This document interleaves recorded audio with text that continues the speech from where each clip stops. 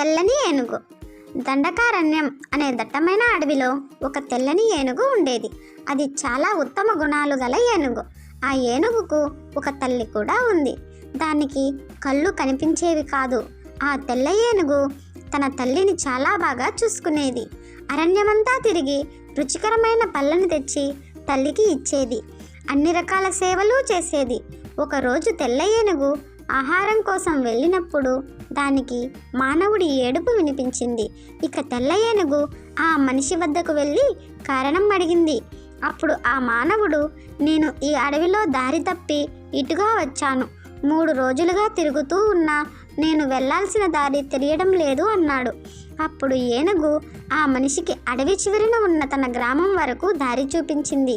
మనిషి ఊరికి వెళ్ళాక అక్కడ రాజభటుడు ఒకడు, రాజుగారి ఏనుగు మరణించింది. ఒక అపురూపమైన మరియు రాజుగారికి యోగ్యమయ్యే ఏనుగును ఎవరు చూపిస్తారో వాళ్ళకి బహుమతి ఇవ్వబడుతుంది అని ప్రకటించడం విన్నాడు. ఇక తెల్ల ఏనుగు జాడ తెలుసుకున్నాడు కాబట్టి బహుమతికి ఆశపడి రాజభటులకు సమాచారం అందించాడు. వారు ఆ తెల్ల ఏనుగును వలవేసి పట్టారు. రాజధాని నగరానికి తెచ్చారు. ఆ ఏనుగుకు ఎంతో మర్యాదలు చేశారు. పుష్పాలతో అలంకరించారు. రాజభక్ష పరమాన్నాలు పెట్టారు. కానీ ఆ తెల్ల ఏనుగు ఒక్కదానిని కూడా ముట్టుకోలేదు. తన గుడ్డి తల్లిని ఎవరు చూసుకుంటారు అని బాధపడింది. ఇక ఏనుగు ఏమీ తినలేదు అనే సమాచారం రాజుగారికి అందింది. రాజుగారే స్వయంగా వచ్చి ఏనుగుని పలకరించారు. అప్పుడు ఏనుగు ఇలా చెప్పింది, నాకు ఒక తల్లి ఉంది. నాకు ఈ రాజభోగ పరిమాణాలు వద్దు. అడవిలో నా తల్లి ఉంది.